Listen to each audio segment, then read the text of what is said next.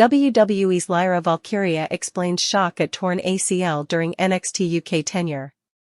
Women's Intercontinental Champion, Lyra Valkyria, is currently the main target of the recently returned Becky Lynch, who has additionally gone back to her heel persona, and even cost her rival a shot at qualifying for the Women's Money in the Bank match after she herself qualified for the Premium Live event recently.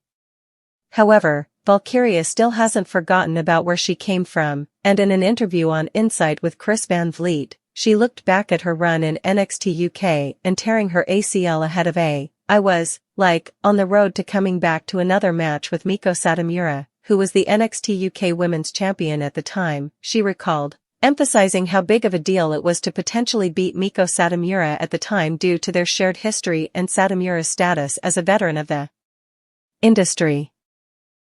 And actually, I heard that Bayley tore her ACL, and this was right as the people were coming back, the crowds were coming back, and I was like, oh, that's awful timing, how awful, and I did it 1 week later. Lyra Valkyria recalled that her ACL tore after doing a sunset bomb from the corner turnbuckle in Dublin, which coincidentally was the same place where Seth Rollins tore his knee as well back in 2015. I feel like I was on the road there to possibly, maybe, becoming the NXT UK Women's Champion and having that match with Meiko, that rematch that I never got, that I really wanted, she recalled, further adding that at the time she tore her ACL, she had no idea what the injury was.